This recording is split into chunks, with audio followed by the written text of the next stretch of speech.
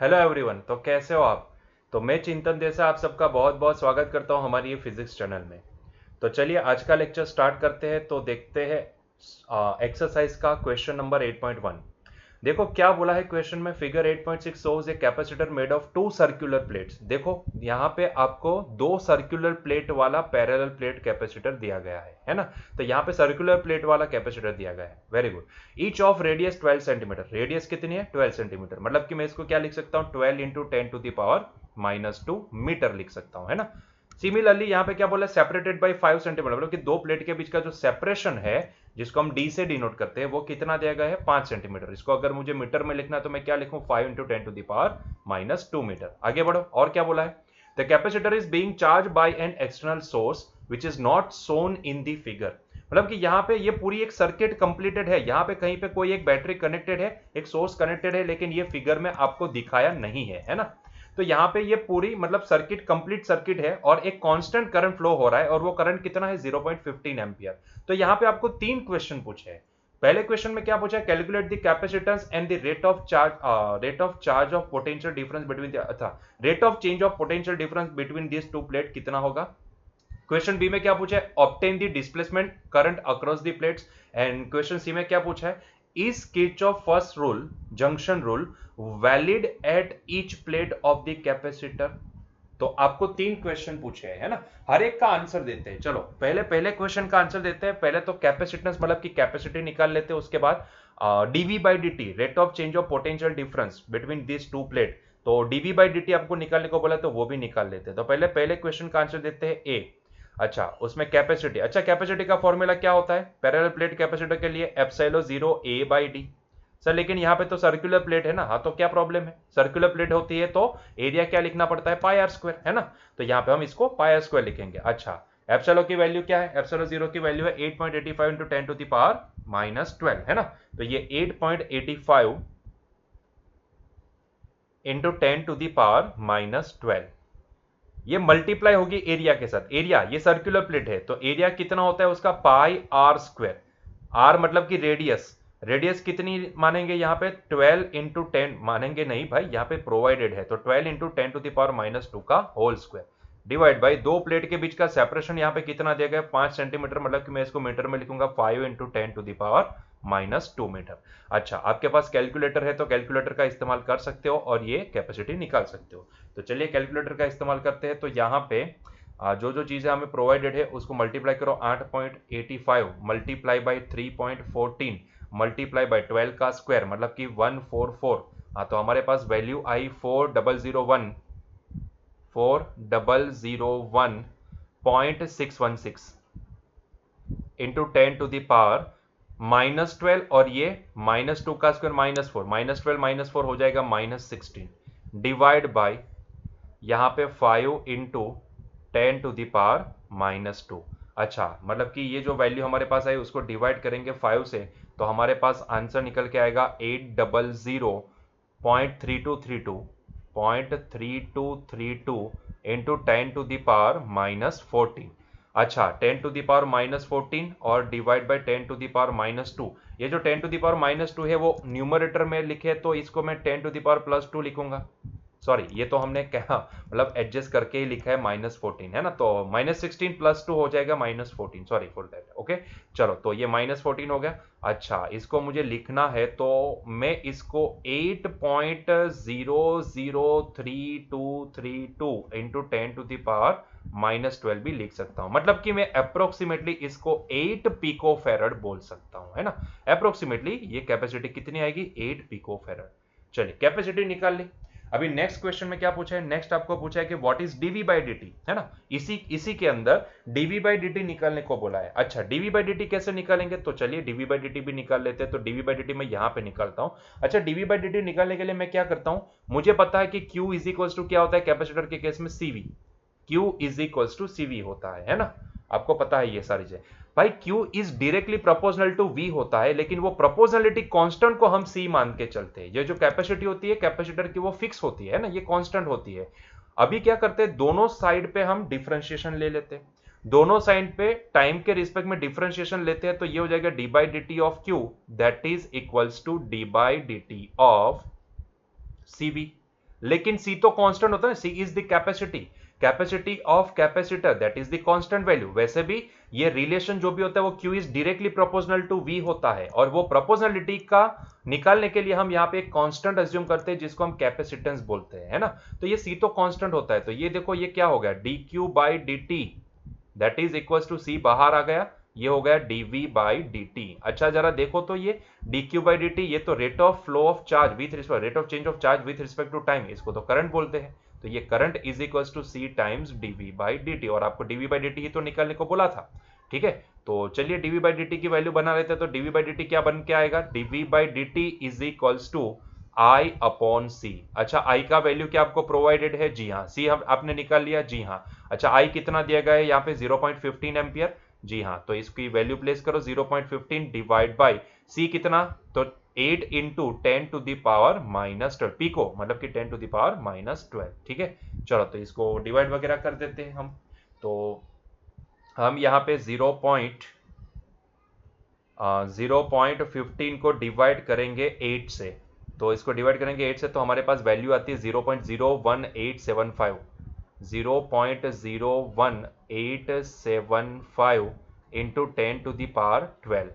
अच्छा ठीक है, तो यहाँ पे हम अगर दो डिजिट को शिफ्ट कर देते हैं तो 10 टू द पावर 10 के फॉर्म में हम यहाँ पे वैल्यू लिख सकते हैं। तो 10 टू द पावर 10 के फॉर्म में हमारे पास वैल्यू आएगी 1.875 इंटू 10 टू द पावर 10, ठीक है। इतना आंसर निकल के आएगा यहाँ पे, और ये इसका यूनिट बनेगा वोल्ट पर सेकंड, है ना, dV बाई dt है ना, तो वोल्ट पर second, so dV by dt ये हमें निकालने को बोला गया था, ठीक है। तो इसका आंसर हमने दे दिया। चलिए अभी नेक्स्ट क्वेश्चन नंबर बी में क्या पूछा है, obtain the displacement current across the plate.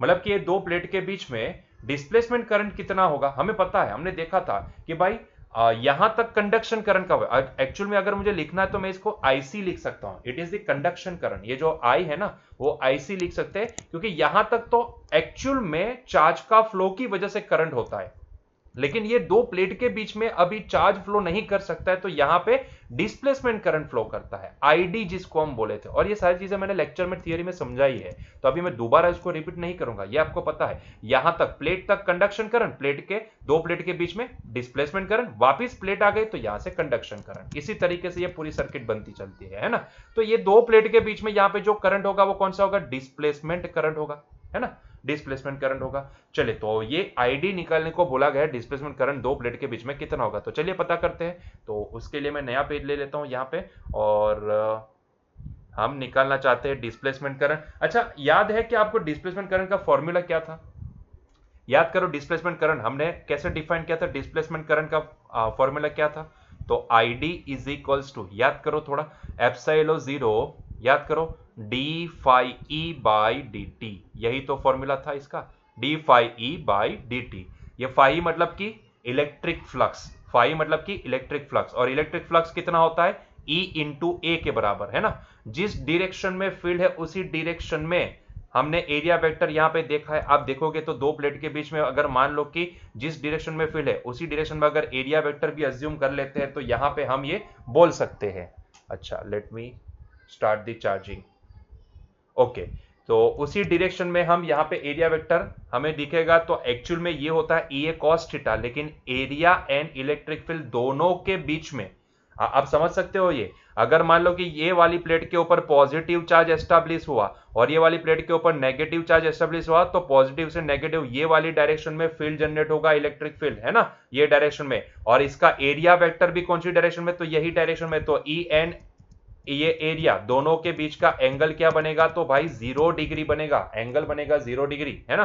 तो इसीलिए E इंटू ए, अगर मैं इसको लिखना चाहूं तो एक्चुअल में मुझे लिखना पड़ेगा D by D T of, ये वाले केस में E इंटू ए इंटू कॉस 0, क्योंकि जिस डायरेक्शन में इलेक्ट्रिक फील्ड है उसी डायरेक्शन में एरिया वेक्टर भी है, तो कॉस 0 तो हो जाएगा भाई 1, तो एक्चुअल में ये बनेगा epsilon 0 D by D T of E into A, है ना। क्लियर हुआ ये पॉइंट यहां तक। अच्छा अभी हमें क्या करना है, अभी हमें इसका टाइम के रिस्पेक्ट में डिफरेंशिएशन लेना है, लेकिन डिफरेंशिएशन लेने से पहले मैं थोड़ा इसको मॉडिफाई कर लेता हूं, मतलब कि जितना हो सके उतना फॉर्मूला लगा के इसको रिड्यूस करने की कोशिश करता हूं। तो ये हो जाएगा D by D T of E into A. अच्छा जरा सुनो तो, ये इलेक्ट्रिक फील्ड दो प्लेट के बीच में कैपेसिटर के लिए, कैपेसिटर की दो प्लेट के बीच में फील्ड कितना जनरेट होता है, तो भैया सिग्मा बाई एप्सिलॉन जीरो के बराबर जनरेट होता है। क्या आपको ये चीज पता थी? जी हाँ, पता ही होगी भाई। सिग्मा बाई एप्सिलॉन, भाई कैपेसिटर की दो प्लेट के लिए बीच में, लिए नहीं, बीच में कितना फील्ड जनरेट होता है, सिग्मा बाई एप्सिलॉन जीरो। ये आपने पढ़ चुके हैं, आप पढ़ चुके हो, ये आपने पढ़ लिया है। ये सारी चीजें हमने ये चैप्टर नंबर 2 में देखी थी। कैपेसिटेंस जब पढ़े थे ना, तब वहां पे हमने ये डिस्कस किया था कि ई कितना होता है, सिग्मा बाई एप्सिलॉन जीरो के बराबर। ये एप्सिलॉन जीरो तो एक कांस्टेंट होता है ना, तो कांस्टेंट तो बाहर आ जाएगा डिफरेंशिएशन से, तो ये हो जाएगा 1 अपॉन एप्सिलॉन जीरो। और डिफरेंशिएशन किसका होने वाला है यहाँ पे, तो भैया सिग्मा इंटू ए का। देखो एप्सिलॉन जीरो ने एप्सिलॉन जीरो को छम्मा छम्मा कर दिया, तो बचा क्या भाई, D by D T into sigma into A. अच्छा इसको भी और थोड़ा सिंप्लीफाई करने की कोशिश करते हैं। क्या सिग्मा को मैं यार यहाँ पे Q अपॉन ए लिख सकता हूं? जी हाँ बिल्कुल लिख सकते हो। तो भैया देखो अभी यहां से ए छम्मा छम्मा हो गया, तो भाई बचा क्या यहाँ पे, बचा भाई D Q by D T. लेकिन ये D Q by D T क्या होता है भाई, ये तो कंडक्शन करंट हुआ ना, D Q by D t ये तो कंडक्शन करंट हुआ। मतलब कि हमारे लिए यहाँ पे हमने जो कंडक्शन करंट है उसको हमने आई से डिनोट किया था, ये तो वही हुआ। तो इसका मतलब ये होता है कि भाई यहाँ पे डिस्प्लेसमेंट करंट की वैल्यू किसके बराबर आई, जो यहां पे सर्किट में फ्लो हो रहा है वो करंट के बराबर है। मतलब कि इसकी वैल्यू भी कितनी लिख सकते हैं, 0.15 एम्पियर। मतलब कि मैं ये बोल सकता हूं कि जितना यहां पे कंडक्शन करंट है उतना ही डिस्प्लेसमेंट करंट दो प्लेट के बीच में होगा। बात तो सीधी है ना, क्लियर है ये पॉइंट? ठीक है, तो देखो ये होगा बी का आंसर। तो अभी सी का आंसर देते हैं। भाई सी क्वेश्चन में क्या पूछा है, सी क्वेश्चन में आपको ये पूछा है कि भाई क्या किरचॉफ का पहला रूल, मतलब कि जंक्शन रूल, मतलब कि केसीएल, अगर मैं बोलना चाहूं तो केसीएल, क्या केसीएल वैलिड है ईच प्लेट के लिए? एक्सप्लेन भी करो। एक्सप्लेनेशन की वैसे तो जरूरत नहीं है, लेकिन आप समझ सकते हो कि भाई जितना कंडक्शन करंट है उतना ही यहां पे डिस्प्लेसमेंट करंट भी है। मतलब कि जितना कंडक्शन करंट ये प्लेट के अंदर एंटर हो रहा है उतना ही डिस्प्लेसमेंट करंट बाहर निकल रहा है। तो क्या यहां पे केसीएल वैलिड हुआ कि नहीं हुआ? हुआ, केसीएल वैलिड है ना, क्योंकि जितना करंट जंक्शन के अंदर एंटर करता है उतना ही टोटल करंट लीव करता है।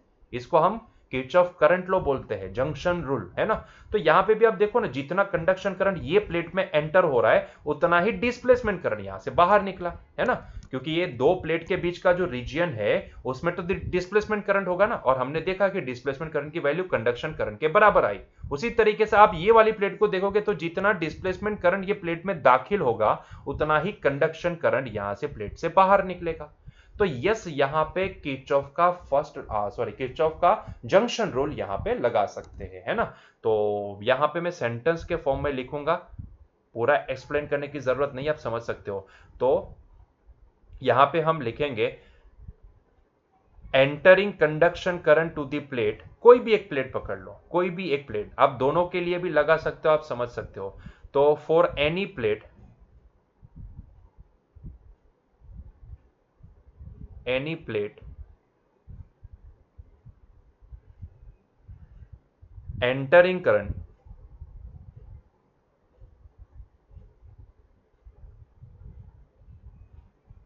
IC या फिर I, हमने यहां पे I लिया है, इज इक्वल टू, अब ये पूरा सेंटेंस में सीधा लिखते हैं, is equals to leaving current,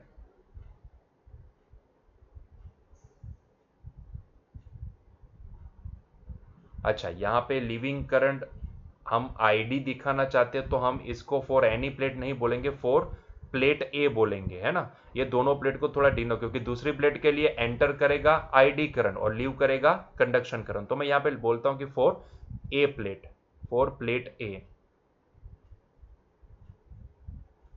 entering current I is equal to leaving current ID। उसी तरीके से फॉर प्लेट बी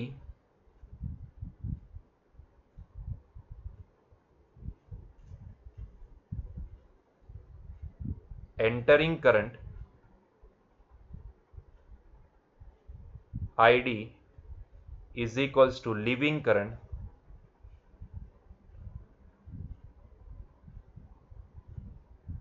I। ठीक है, मतलब कि यहां पे KCL वैलिड है। सो KCL इज एप्लीकेबल या फिर KCL इज वैलिड।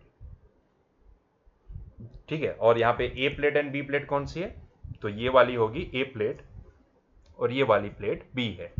तो प्लेट ए के लिए एंटरिंग करंट आई है और लीविंग करंट आईडी है और दोनों की वैल्यू सेम है। और प्लेट बी के लिए आईडी एंटरिंग करंट होगा और आई लीविंग करंट होगा। तो हमने देखा कि जितना एंटर कर रहा है उतना लीव कर रहा है, तो हर एक प्लेट के लिए यहाँ पे केसीएल वैलिड बनेगा, है ना, KCL is valid. Clear clear. तो ये इसका एक्सप्लेनेशन भी हो गया। तो चलिए नेक्स्ट क्वेश्चन की ओर आगे बढ़ते हैं। क्या बोला है 8.2 में, A parallel plate capacitor shown in the figure 8.7 made of circular plate each of radius 6 centimetre. अच्छा, यहाँ पे रेडियस प्लेट की कितनी दी गई है, 6 सेंटीमीटर। 6 सेंटीमीटर को भाई मैं मीटर में कन्वर्ट करके मैं इसको लिखूंगा 6 इंटू 10⁻⁻2 मीटर, ठीक है।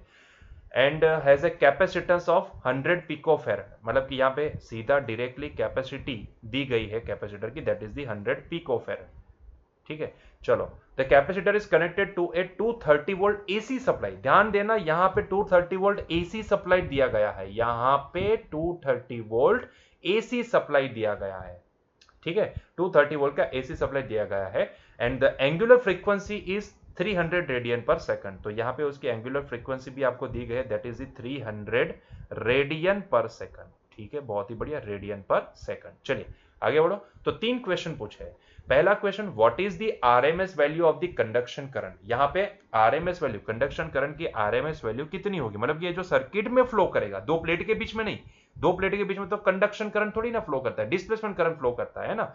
तो ये जो सर्किट में फ्लो हो रहा है ये करंट, ये कंडक्शन करंट होगा। तो ये कंडक्शन करंट की आरएमएस वैल्यू कितनी होगी वो हमें पता करनी है। तो भाई ये तो एसी का केस हो गया, अल्टरनेटिंग करंट का केस हो गया, तो भाई उसका फॉर्मेट लगाना पड़ेगा, उसका फॉर्मूला लगाना पड़ेगा। भाई आई आरएमएस क्या होता है, याद करो, एसी में पढ़े थे, अल्टरनेटिंग करंट में ये सारी चीजें डिस्कस की थी। I RMS is equals to V RMS divide by capacitor का रिएक्टेंस, वो कितना होता है, एक्ससी, है ना, यही लिखना पड़ेगा ना। अच्छा, वी आरएमएस, ये जो 230 वोल्ट दिया गया है, it is the RMS value, ये आपको पता है, it is the RMS value. लेकिन उसको पहले वो एक्सी लिखते हैं, उसके बाद वैल्यू प्लेस करते हैं। एक्सी क्या होता है भाई, 1/ω/c। भाई नए मत बनो, ये आपको पता है, हमने अल्टरनेटिंग करंट में सारी चीजें डिस्कस कर ली है ना, तो वापिस दोबारा उसको डिस्कस करने की जरूरत नहीं है। तो ये हो जाएगा I R M S is equals to, देखो डिनोमिनेटर का डिनोमिनेटर चला जाएगा न्यूमरेटर में, तो ये it is now V R M S into omega C, है ना। Now omega is directly given, that is the 300 radian per second. C is also given, VRMS is also given, तो सारी value place कर दो। सो 230 multiply by 300 multiply by 100 into 10⁻⁻12, ठीक है। तो ये हो जाएगा 3 3 9 एंड 3 2 6, तो ये हो जाएगा 69 इंटू 10⁻, कितना हुआ देखो, ये 10, ये 20, तो 2 n 1 मिला के हो गए 3 और ये 20, मतलब कि ये हो जाएगा 10⁵ इंटू 10⁻⁻12। 12 में से 5 निकल जाएंगे तो 7 बचेंगे, तो ये 69 इंटू 10⁻⁻7, ठीक है।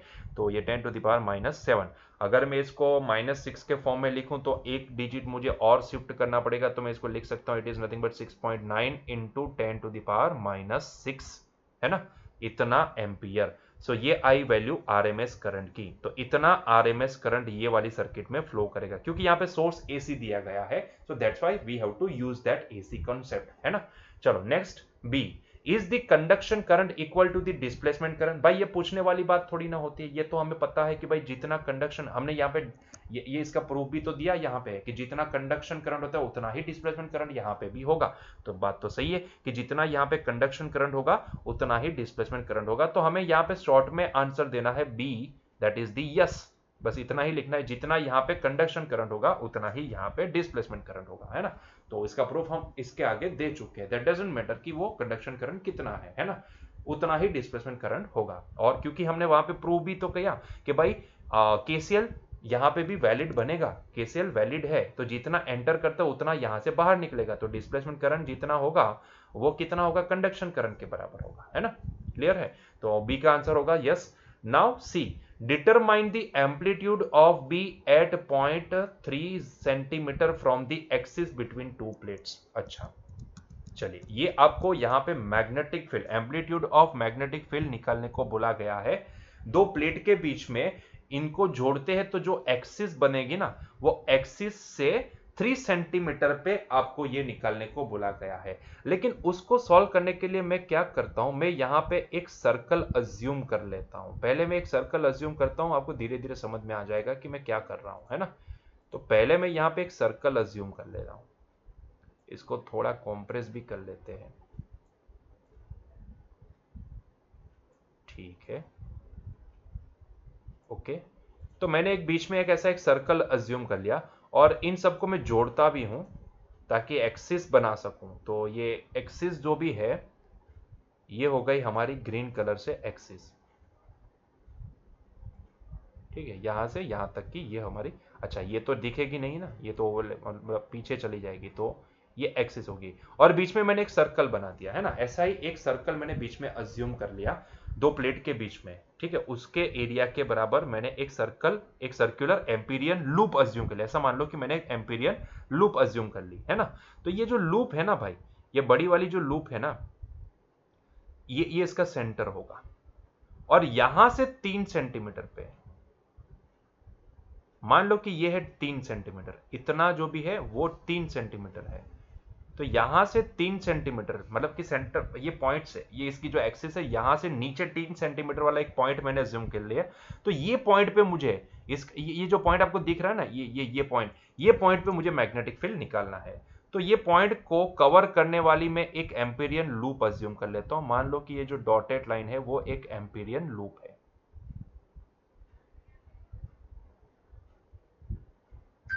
ठीक है।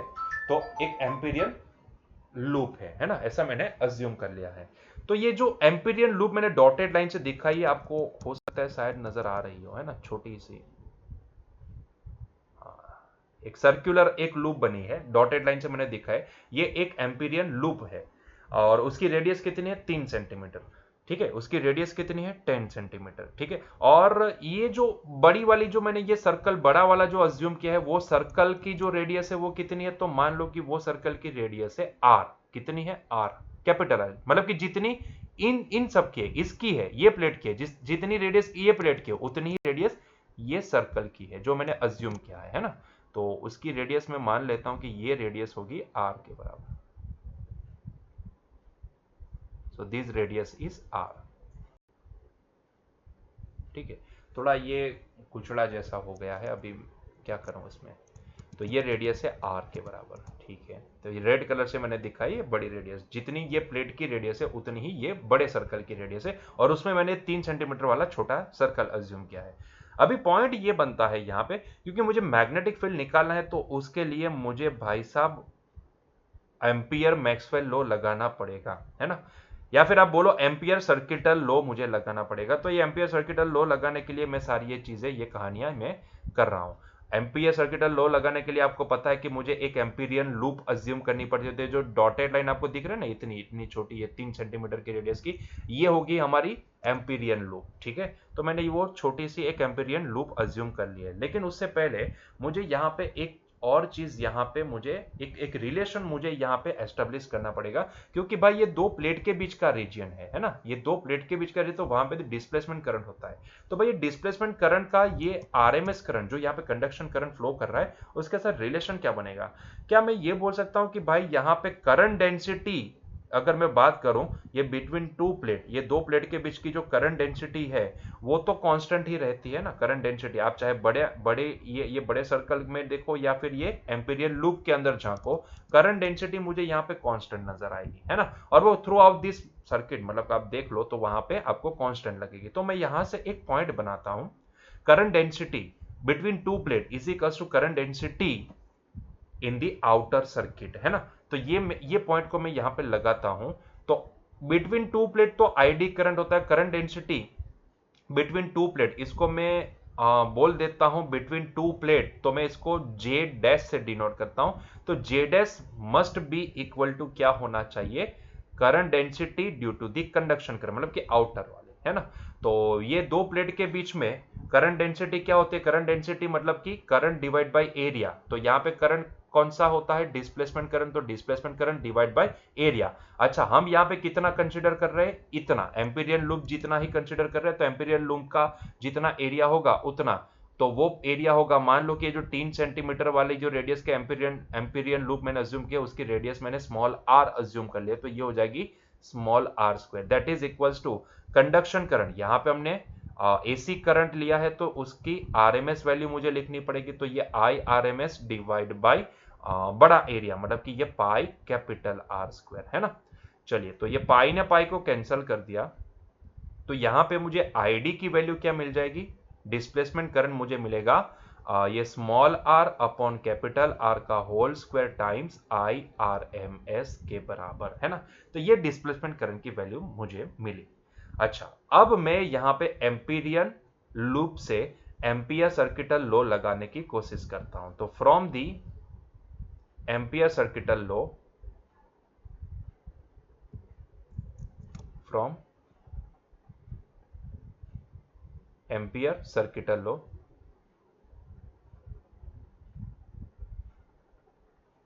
भाई हम लिख सकते हैं कि भाई close loop integral B vector dot product with d l vector must be equal to mu zero conduction current plus displacement current. लेकिन हम यहां पे जिस पॉइंट पे हम यहां पे मैग्नेटिक फील्ड निकालना चाहते हैं वो पॉइंट है पी, है ना। वो पॉइंट ये वाला जो डॉट आपको दिख रहा है ना, वो पॉइंट पी है।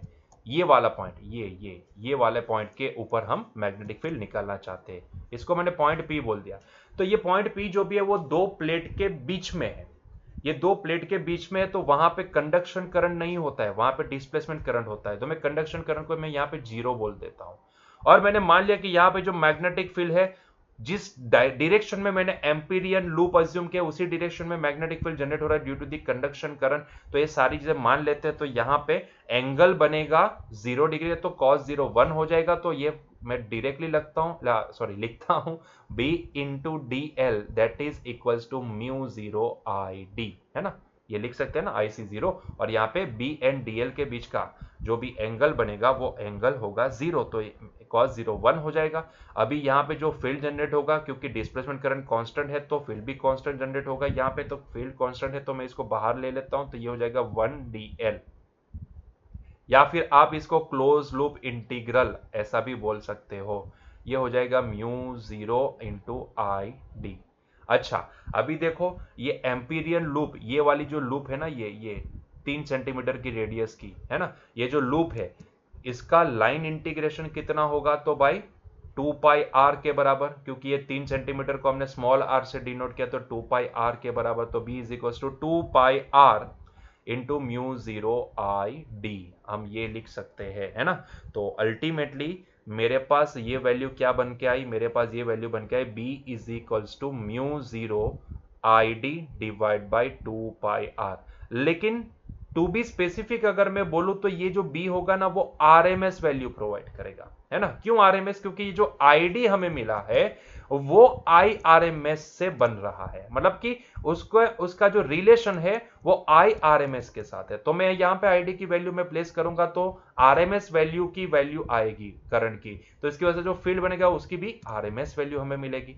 तो बस सारी चीजें यहां पे प्लेस करते हैं, तो ये B RMS that is equals to mu 0 ID की वैल्यू हम यहां पे प्लेस करेंगे, तो आईडी की वैल्यू होगी भाई R square upon capital R square into I R M S into 2 pi R. देखो एक आर इसके साथ कैंसिल हो गया, है ना, स्मॉल आर, एक स्मॉल आर इसके साथ कैंसिल हो गया।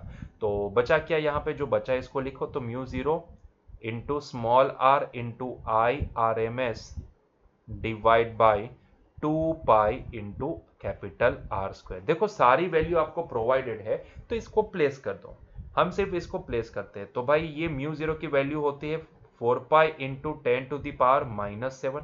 स्मॉल आर हमारे पास कितना है, तो 3 सेंटीमीटर।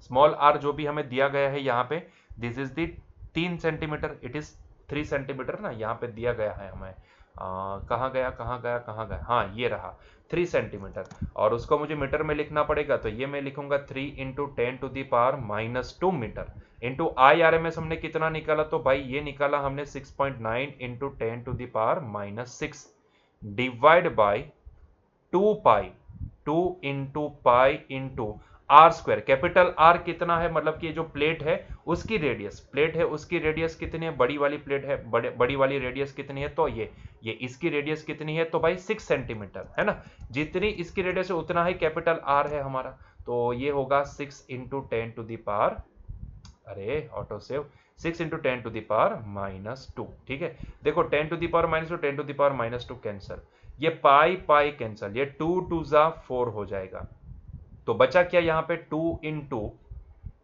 ये 3 2 जा, देखो ये 3 2 जा 6, तो ये भी कैंसिल हो जाएगा, रुको रुको रुको, ये 3 2 जा 6, तो ये भी कैंसिल हो गया, तो बचा क्या भाई यहाँ पे 6.9 बचा हमारे पास, क्या, तो भाई ये 6.9, कुछ मल्टीप्लीकेशन के लिए और कुछ बचा है क्या यहाँ पे, नहीं बचा है, तो भाई ये 6.9 इंटू 10 टू द पावर, और 6 और 7, 6 और 4 और 2, तो ये 10 टू द पावर -13 हो जाएगा, है ना, तो ये 10 टू द पावर -13 हो जाएगा, तो 6.9 इंटू 10 टू द पावर -13 हो जाएगा, तो ये आया हमारे पास value B R M S की।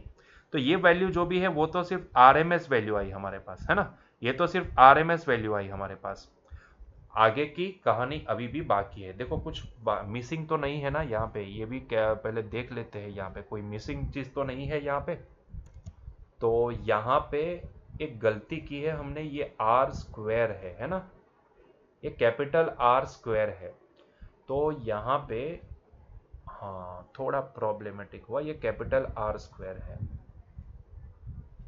सॉरी फॉर दैट, तो एक 6 बच जाएगा, एक 6 इज स्टिल रिमेनिंग, है ना, ये 3 2 जा, एक 6 तो कैंसिल हो जाएगा, एक 6 बचेगा, तो अल्टीमेटली मैं इसको बोलूँ तो ये 6.9 इंटू 10 टू दी पावर, देखो ये हो जाएगा 7 एंड 9, तो ये हो जाएगा -13, और यहाँ पे ये 10 टू दी पावर -2 जो भी है इसका स्क्वायर होगा, तो 10 टू दी पावर उसका स्क्वायर होगा, तो ये स्क्वायर होने के बाद, और यहाँ पे एक 6 बचेगा, तो 6 इंटू 10 टू दी पावर, एक 10 टू दी पावर -2 तो कैंसिल हो चुका है, एक 10 टू दी पावर -2 बचेगा, ठीक है, हाँ चलो, ऊपर एक 10 टू दी पावर -2 तो कैंसिल हो चुका है इसके साथ, तो एक 10 टू दी पावर -2 बचेगा, अब बरोबर है, तो 6.9 को अभी डिवाइड करते हैं 6 से, तो 1 पॉइंट समथिंग हमारे पास आंसर आएगा, 6.9 डिवाइड बाई 6, तो हमारे पास आंसर है 1.15, तो we are getting the answer 1.15 into 10 to the power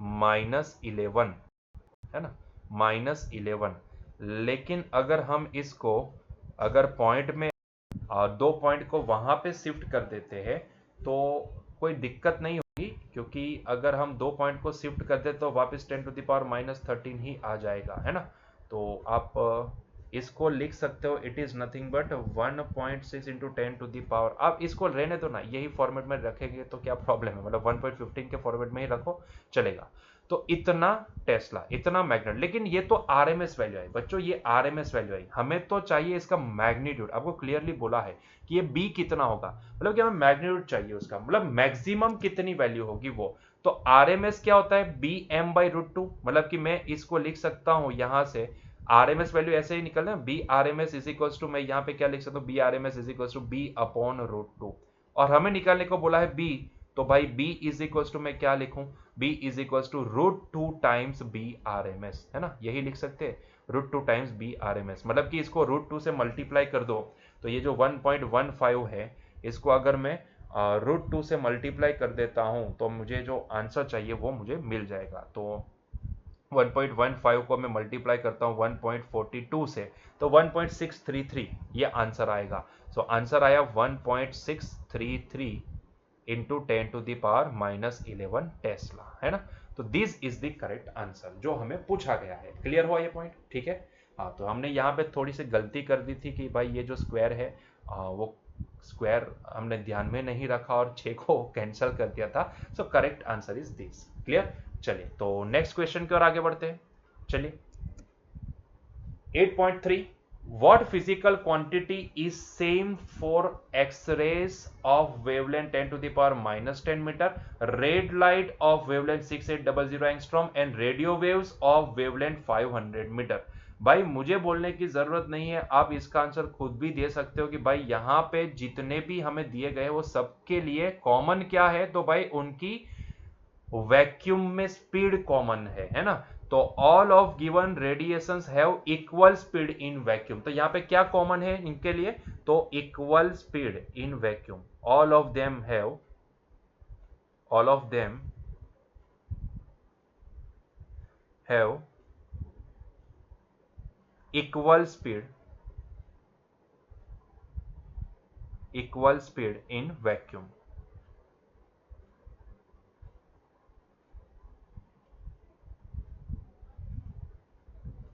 और वो कितनी होगी, वैक्यूम में उनकी स्पीड कितनी होगी, तो वैक्यूम में उनकी स्पीड होगी लाइट की स्पीड के बराबर, तो वो स्पीड होगी 3 × 10⁸ मीटर पर सेकंड। ठीक है, एक ही सेंटेंस में इसका आंसर दे सकते हैं।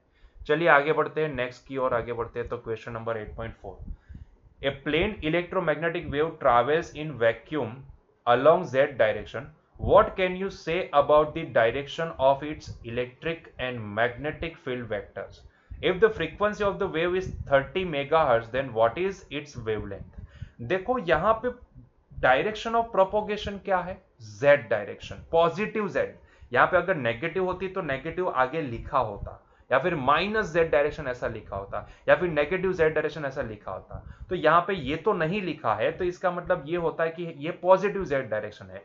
तो पहले तो ये जो दिया गया है उसको देखो कि प्रोपोगेट, डायरेक्शन ऑफ प्रोपोगेशन यहां पे क्या है, direction of propagation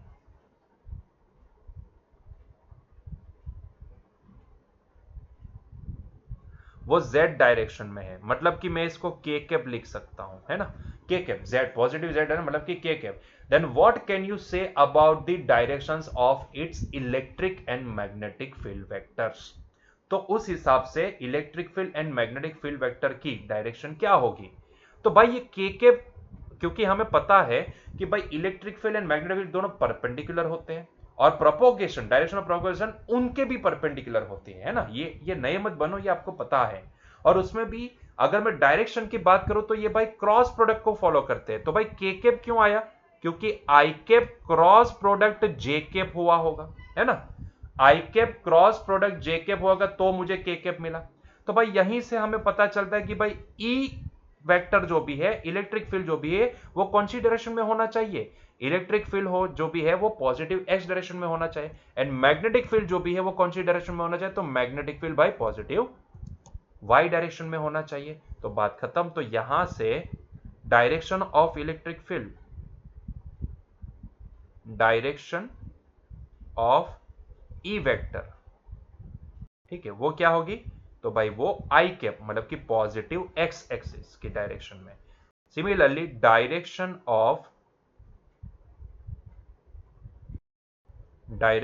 of B vector, magnetic field, वो कौन सा है, तो पॉजिटिव वाई एक्सिस की, मतलब कि जे कैप, है ना। लिख सकते हैं कि नहीं लिख सकते, जी बिल्कुल लिख सकते हैं, है ना। तो ये क्वेश्चन का आंसर आ गया। चलिए अभी उसमें ही दूसरा क्वेश्चन पूछा है, if the frequency of the wave is 30 megahertz then what is its wavelength. अच्छा, यहां पे फ्रीक्वेंसी दी गई है तो आपको वेवलेंथ निकालने को बोला गया है। तो चलिए उसका भी आंसर देते हैं भाई। Wavelength lambda is equal to, formula क्या है, सी बाई एफ।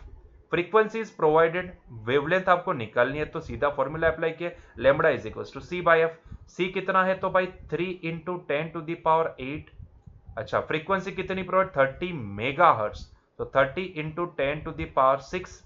अच्छा, ये 3 10 30, तो अल्टीमेटली ये कितना हो गया, 10⁸ डिवाइड बाई 10⁷।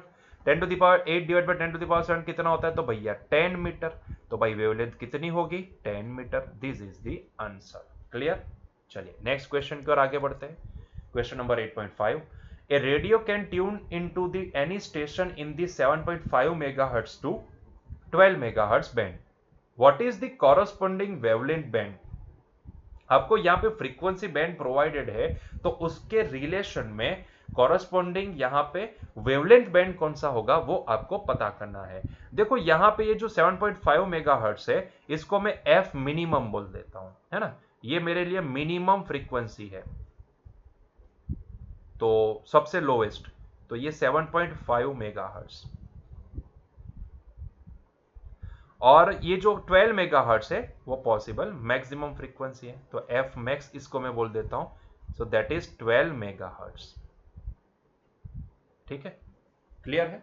चलिए, तो उसके कॉरस्पॉन्डिंग वेवलेंथ कितनी होगी, तो मुझे मतलब कि F minimum and F maximum के रिलेशन में उसके related lambda minimum and lambda maximum क्या होगी वो पता करना है। तो चलिए पहले तो लैम्बडा मिनिमम पता करते हैं। तो भाई लैम्बडा मिनिमम पता करने के लिए लैम्बडा का फॉर्मूला क्या है, सी बाई एफ, है ना, सी बाई एफ। लेकिन जरा सोचो ना, ये लैम्बडा मिनिमम चाहिए तो उसके लिए ये फ्रीक्वेंसी क्या होनी चाहिए, मैक्सिमम होनी चाहिए ना, क्योंकि डिनोमिनेटर जितना बड़ा उतनी वैल्यू कम होगी, है ना। तो इसके लिए यहां पे lambda minimum, to get the lambda minimum we must have to substitute the value of F maximum, है ना। तो यहां पे lambda minimum is equal to C by F maximum होगा। सी है 3 into 10 to the power 8, F max है हमारे पास 12 मेगास, तो ये 12 इंटू 10 टू द पावर 6। ठीक है, तो ये 3 4 जा 12 होगा, तो 1/4 मतलब कि मैं इसको लिख सकता हूं 0.25। ठीक है, तो ये मैं लिखूंगा 0.25 इंटू 10 टू द पावर 2, मतलब कि मैं अगर इसको लिखूं तो मैं इसको लिख सकता हूं 25 मीटर, है ना। तो मिनिमम पॉसिबल मिनिमम वेवलेंथ कितनी आई, तो 25 मीटर आई, 25 मीटर। ठीक है, तो लैम्बडा मिनिमम हमारे पास निकल के आई 25 मीटर मिनिमम। ठीक है, उसी तरीके से अभी लैम्बडा मैक्सिमम भी कैलकुलेट कर देते हैं। तो भाई लैम्बडा मैक्स क्या आएगी, तो लैम्बडा मैक्स निकालने के लिए भाई यहां पे फ्रीक्वेंसी क्या अज्यूम करनी पड़ेगी, मिनिमम। सो ये C by F minimum, C है 3 into 10 to the power 8 divide by F minimum. F minimum कितना है, तो भाई 7.5 मेगाहर्ट्ज, तो ये 7.5 इंटू 10 टू द पावर 6, है ना, 10 टू द पावर 6। अच्छा यहां पे देखो, तो ये 3 डिवाइड बाई 7.5 करना पड़ेगा, 3 डिवाइड बाई 7.5, तो ये आंसर आता है हमारे, वो भी 0.4 आया आंसर, तो ये आएगा 0.4 इंटू 10 टू द पावर 2। तो आप इसको कैलकुलेट करोगे तो ये हमारे पास आएगी 40 मीटर। तो भाई पॉसिबल मैक्सिमम वेवलेंथ कितनी आई, तो पॉसिबल मैक्सिमम वेवलेंथ हमारे पास आई 40 मीटर। तो आप बोल सकते हो कि यहाँ पे मिनिमम वेवलेंथ कितनी 25 मीटर एंड मैक्सिमम वेवलेंथ का क्या कितनी होगी 40 मीटर होगी, है ना। So this is the answer. तो रेंज क्या निकलेगी, रिक्वायर्ड यहाँ पे wavelength range lambda minimum to maximum 25 metre से लेकर 40 मीटर निकलेगी। तो रेंज ऑफ वेवलेंथ में यहां पे लिख सकता हूं, रेंज ऑफ वेवलेंथ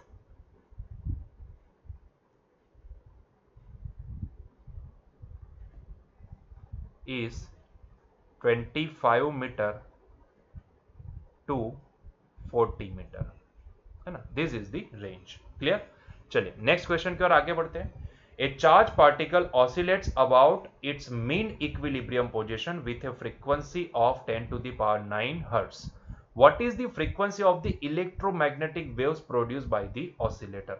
देखो कॉमन सा क्वेश्चन है, आप इसका डायरेक्टली आंसर दे सकते हो भाई, जितने फ्रीक्वेंसी से यहाँ पे देखो बोला है its mean equilibrium position with a frequency of 10 to the power 9 hertz.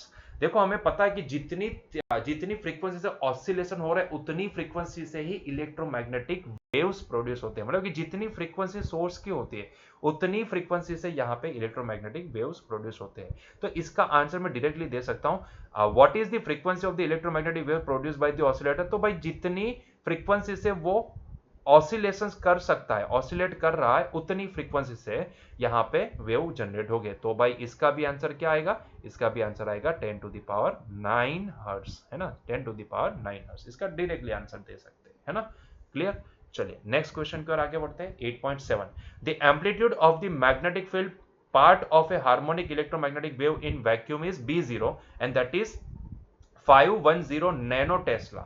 What is the amplitude of the electric field part of the wave?